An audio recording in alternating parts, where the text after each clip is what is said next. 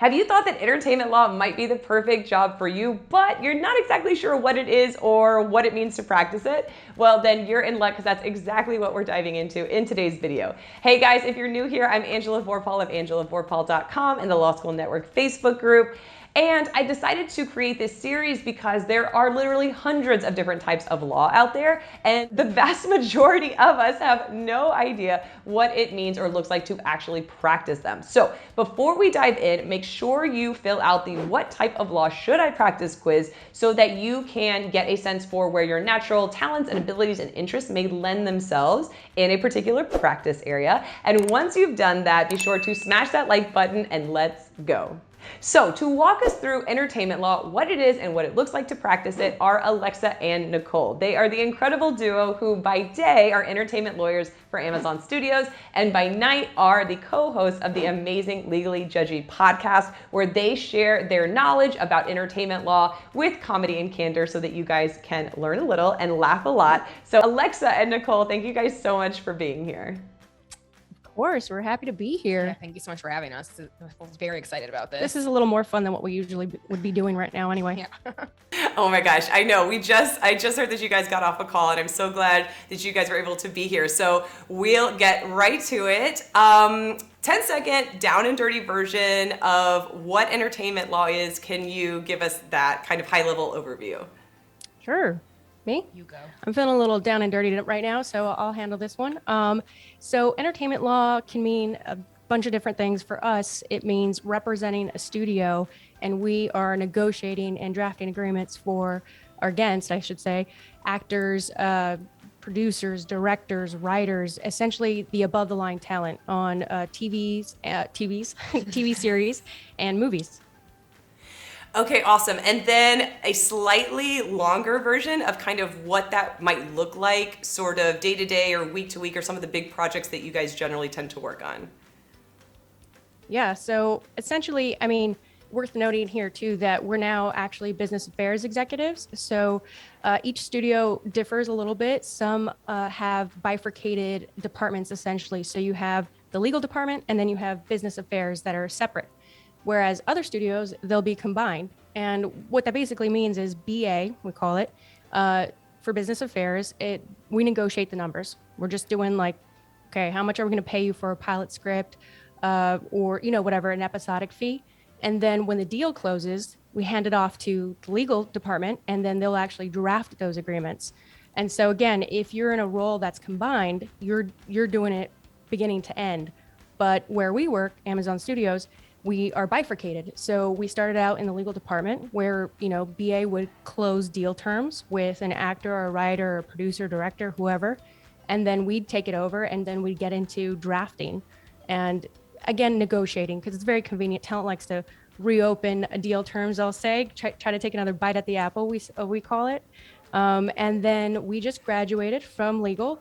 We call it graduation. I don't know if it's true, but I'm going to, just dust our shoulders off a little bit on that one. And now we're BA. So basically we're negotiating the deal, the main points of the deal, I should say. And then when we're done, we hand it off to legal. Yep. Oh my gosh, that's so exciting. And I know that especially for kind of new lawyers or people interested in law school, entertainment law sounds like the dream job. It sounds so incredibly sexy and interesting. And I know we were talking right before we recorded this that you guys have actually worked in a law firm before and then you transitioned in-house into Amazon Studios. So could you talk a little bit about how that looks different and what those working in each of those sectors kind of how the work or how the lifestyle might look a little bit different? Yeah, so we didn't do. It's worth noting we didn't do entertainment law when we were in our law firms. We were both coming from corporate environments. So I did a mix of real estate and M&A. Alexa did real estate, and so when you're working in a law firm, of course, you're representing a number of clients, and so you're kind of juggling projects for not competing, but just varied clients who may have different interests and different goals, and they're working on different projects, and so you're really in charge of like making sure the ball keeps rolling for each of those different deals. Whereas when we're in-house, right, our client is always the studio. And, the clients internally, maybe like creative departments or other stakeholders, but generally the interests are of the entire studio as opposed to different people.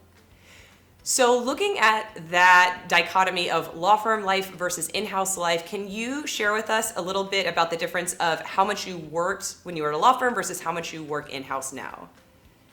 I mean, law firm hours are so like unregulated, for lack of better terms. You're really at the whims of, again, those like, couple, however many clients you're working for and how many deals and projects that you're on. So, when I was in my law firm, at least I could have slow weeks when like things had closed, when we were just doing closing documents, or it could be like a normal 40-hour work week.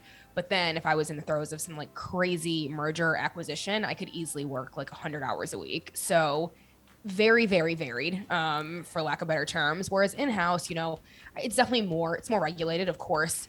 As counsel and even as business affairs executives, things come up, and so you have to be ready. You have to be agile, basically, and willing to like answer important things, even when it's not like the 9 to 7 hours. But I would say generally, our days are probably 9 to 7 ish, with some things that maybe fall outside of those hours if we're working across territories or on something really important. Yeah, and I would just add that I think it varies. Again, you're gonna hear this a lot. Yeah. It's gonna sound like a politician's answer. It depends, but it really does vary studio to studio, culture, right? Just like any firm. So there are big firms that have this kind of reputation and culture for being workhorses. You're gonna work until you drop.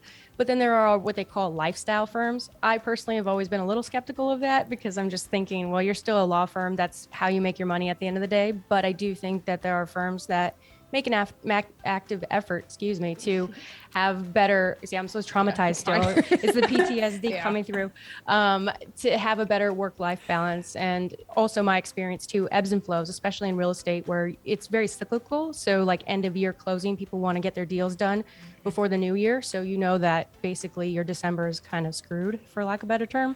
Versus in-house, the other thing too is you can be at a studio that has outside counsel, right? So you get to lean on other lawyers essentially helping you. And that was a big part of what we did when we were legal, was managing outside counsel. And so sometimes it kind of felt like I was a glorified project manager in some ways. I was still working with documents. I was still doing chain of title diligence review, but a lot of it is just managing your internal clients, the creative team, the business affairs teams, and just working with them to make sure that everybody's comfortable with, whatever's going on your particular project. That's so amazing. Like that breakdown is just like so simplified and transparent, and I don't think I've heard it anywhere else. So thank you guys so much for making it so bite-sized and really accessible. Kind of going down this same path of comparing working in entertainment law in-house versus working in corporate law, which I know you guys mentioned you can also work entertainment law in a law firm, but that wasn't your particular practice areas when you were there. What kind of in a range could a new lawyer or a mid-level lawyer expect to make salary-wise in a law firm versus in-house? So we were both big law, and big law is pretty regulated, or not regulated, but there's definitely like a lockstep, right? Mm-hmm. And I think most of the law firms that are in that big law category now have the same compensation for like years 1 through 7. At least last time we were in house, and of course it increases a bit each year as the cost of living goes up. So when I left, I think at that point I was making in the upper twos. I mean, I was a third or fourth year. It all kind of starts to blur together, but around there. And again, all the law firms at that point were pretty similar. Now, we're definitely, the compensation's not the same in-house. It's a little bit lower. We're still in the 6 figures, but it's definitely less than you would typically be at this stage if you were in a law firm in terms of the cash compensation. Mm-hmm. Yeah, I agree. I think it's crazy though. I last time I checked, I don't really pay attention anymore, especially now that I'm in-house. But I think when I started the first year, salary was 160 at a big law firm, and I was like, oh my God, I'm going to be so rich. I'm going to retire in like a year. Of course, I didn't account for the fact that I have 6 figures of law school debt, but hey, you know what? To a kid, that's a lot of money. So, and I think the last time I checked, because I still have friends who are out, in the trenches, I think it was like 190 for a starting first year. And that doesn't include bonuses, right? So of course, those bonuses are dependent upon you hitting a certain amount of billable hours, which I do not miss. Screw 0.6. But in-house, and two, I'll say it also varies. There are going to be some places like your standard networks that are probably going to pay lower, low 6 figures, maybe even high 5s, depending on where you are. Maybe if you're at a production company, for example. And then, as you rise up, it all depends. And I think you have a little bit more flexibility. But yeah, to Nicole's point, I don't think you're making, the law firm money for the most part. Mm-hmm. And speaking of that, it's so interesting. I'm always fascinated by the transition from law firm life to in-house life, because that's one that you hear of sort of as these unicorn positions that are extremely difficult to find. And it's sort of like every lawyer's dream to be able to make that move. And so can you guys talk a little bit about maybe why you made that transition, and then and logistically how you made that transition from law firm life into an in-house position? Yeah. So for me, I just was getting burned out. I had always had in my head to try to last about 5 years at a big law firm, and of course, if I liked it, great, I'll stay longer. But, you hear these horror stories and you're thinking, I don't know if this is for me. And so I think by the end of my first year, even I was like, okay, I cannot do this forever. Right.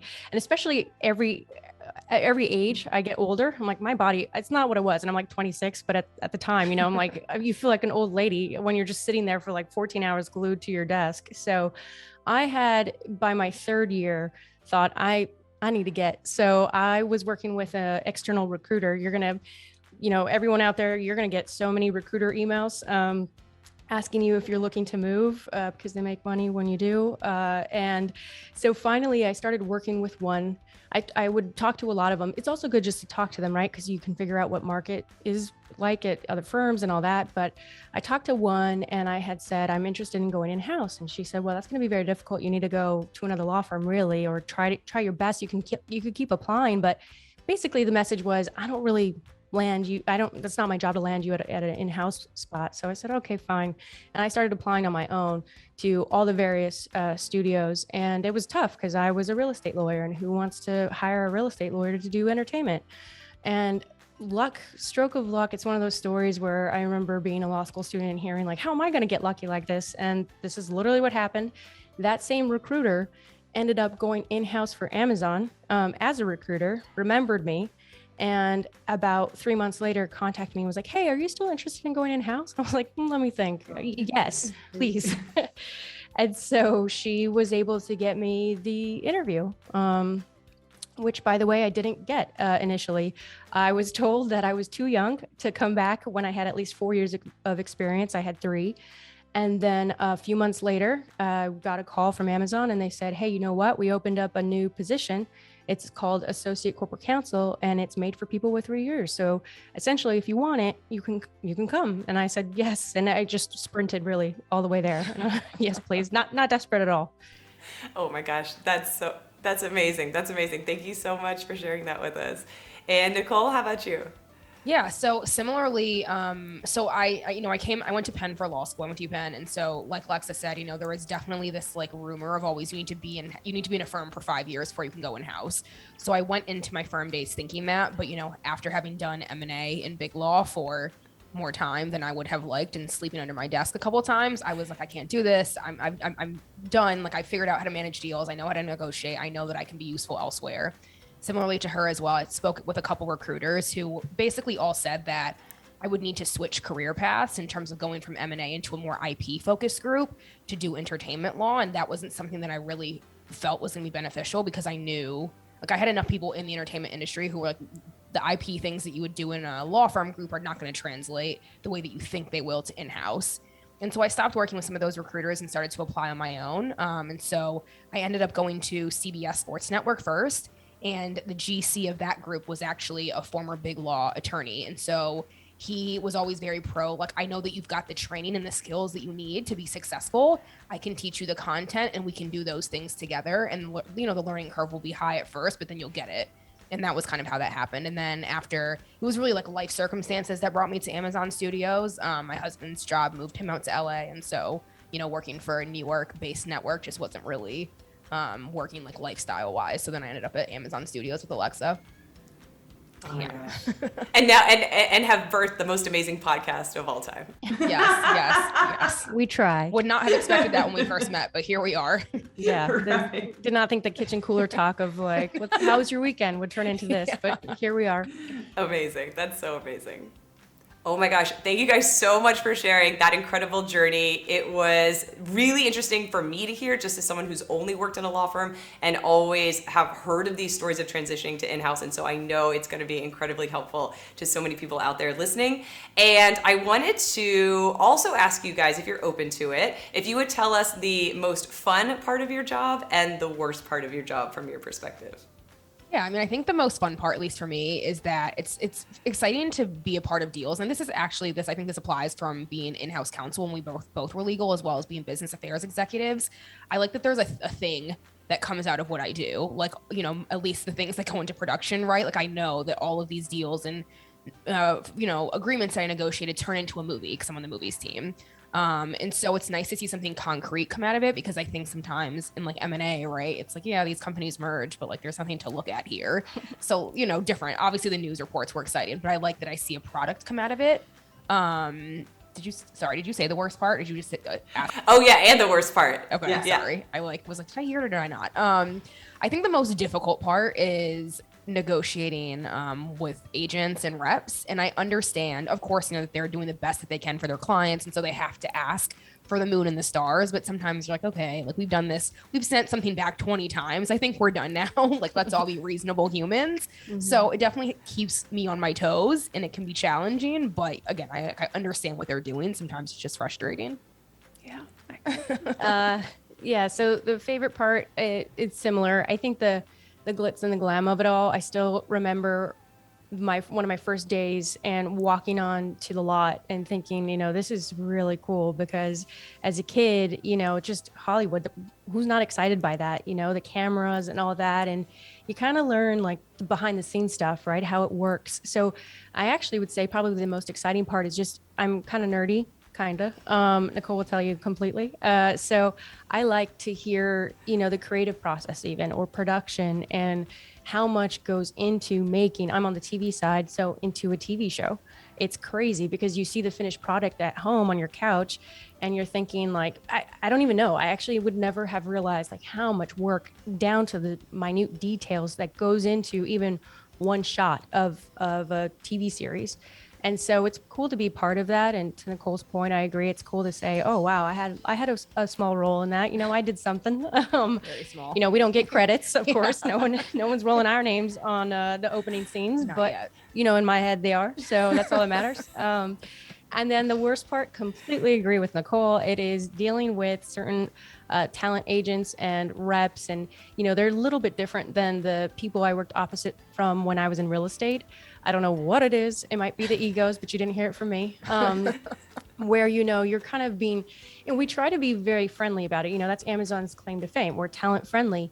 At the same time, like you can't ask for like a spaceship to get to work every day. Like, stop asking me that. No, I'm exaggerating, but it's the personalities at times. And, where especially if you're coming down to like the last minute and you're shooting tomorrow and you need your deal and your agreement closed, and we're getting on the phone at midnight, and your call time's tomorrow at 7 a.m. or today, I guess, at 7 a.m. at midnight, you're like, just agree. We've given you everything we can. What more do you want? So that's few and far between. I would say that's not every day by any means. But when those moments happen, you're like, okay, enough.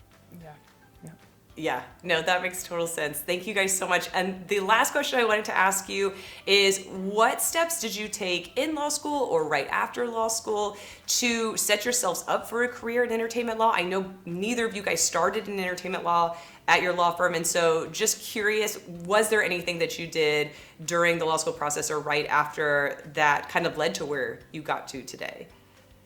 Yeah, so for me, I cannot emphasize enough the power of networking. So I actually took a year off between undergrad and law school. I'm a double Bruin. So I've always been in LA, and I worked at a law firm for a year between, undergrad and law school. Undergrad and law school. So I was like, wait. And, I didn't work at that law firm again, but I made a lot of contacts and I kept in touch with, the lawyers that I really connected with. So I did my best while I was there. Okay, who can be a potential mentor for me, and how do I nurture this relationship? So I kept in touch. Actually, that's how I got my job in real estate outside of law school, because one of the attorneys I worked with prior to going to law school was a real estate attorney. And so I would always, in between law school, like every year, every semester, I would try to email him like, hey, how you doing? Like, don't forget about me. Can we grab coffee, lunch, And there were days where I was tired. I'm a stressed out law school student. I didn't necessarily want to go have dinners and drinks and do all that, but I knew that it was important. And, he among other people was a great person for me, very helpful. And so when I was in law school, after my first year, when I struggled in law school, by the way, it wasn't easy. I was so used to just using my power of memory to get through schooling up until then. And that's not what gets you success in law school. It's a whole different ballgame, right? So I knew that I needed to hustle to find a job outside of once I graduated. And so I kept in touch with him. I kept in touch with other people. And by my third year, actually, of law school, I did not have a job lined up starting my third year. And I had taken some copyright IP courses. I thought it was really interesting. So I wanted to do entertainment. And I even interned at HBO in my second summer. Then I found out that entertainment studios, they don't like to hire law school students right out of law school because they want you to have law firm experience. So I'm thinking, oh, shoot, great. And entertainment jobs were hard to come by. It's very competitive. It's not a huge practice, I would say. So the spots it's just very competitive. So anyway, I kept in touch with this, real estate lawyer, and he had moved to a different firm. And he said, actually, we're trying to grow our firm. I know you're interested in, or trying to grow our real estate practice. I know you're interested in entertainment, but would you consider real estate? And I'm like, yeah, of course, it's a job. I'll take anything. I worded it a little bit better than that, but that's how I ended up getting my real estate job. And then of course I always had in the back of my mind, well, I wanted to give it a shot. I said, okay, maybe I'll like real estate. Obviously did not work out. I was like, no, I think entertainment's for me. And, I made that transition later on. Yeah, I mean, on my end, I think, listen, UPenn's a really corporate heavy law school, so there wasn't much by way of courses. I took one fashion law course during third year, but it was like a seminar style. So there wasn't, first of all, I think law school does not prepare you for actual practice because you read so many cases. So it's like worlds and worlds away from what you do in day to day. But even that seminar was still quite removed. And of course it was fashion, and that wasn't exactly what I wanted to do. So course wise, I didn't do anything / I couldn't do anything. I was involved in like a sports and entertainment, kind of student group. So like that gave me some exposure to people who would come in and speak on panels. But that was, most of what I could do in law school. And then afterwards, that was when I started to network more with entertainment, working folks. And so I joined, it's what's called BSLA. It's the Black Entertainment and Sports Law Association. And that was, I think they're based in New York and LA. And so I would go to their annual conferences and some of their events to meet people and just to get more information on what entertainment law actually looks like, because, it sounds great and it sounds super fun and sexy and like you're going to be on the set of every movie, but like obviously not the reality. So that definitely helped me get education and networking. But the reality is, my aunt actually works in the law, and she's, had a pretty successful career, and her advice to me was always just put your head down, work really hard. And as you do that, these opportunities will start to become available. And so I was like, I'm going to go into the best M&A group that I can. And I'm really going to get every single skill set that I can, and, hate life a little bit in the process, but like, it's going to make itself worth it. And then, lo and behold, I went to CBS and I had at least this portfolio to say that I worked on these massive deals at this big law firm and I've got the skills. So like, here's why you can bet on me. And then, it kind of worked out that way. That's incredible. Guys, thank you absolutely so much for sharing from the very beginning to where you are now and all the steps in between. This has been an incredible video, and I know so many people are going to get so much value out of it. Thank you so much. Thank you for having us. All right, guys. Well, thank you so much for tuning in. And if people want to reach out to you, find you guys, listen to your amazing podcast, where is the best way for them to find you? Yes, so our Legally Judgy podcast is on every platform. It's on Spotify, it's on Apple. We even put our episodes on YouTube. So like, you can find the episodes anywhere. If you cannot find it, you can email us, because we will email the episodes to you. Our email is legallyjudgy@gmail.com. And the same for all of our socials: Instagram, Twitter, TikTok. Everywhere. Literally everywhere. If you want us somewhere and we're not there, you tell us. Yeah. We'll be there. Yeah. That's fantastic, guys. Thank you so much. And thank you guys so much for watching. We'll see you next week. Bye, everybody.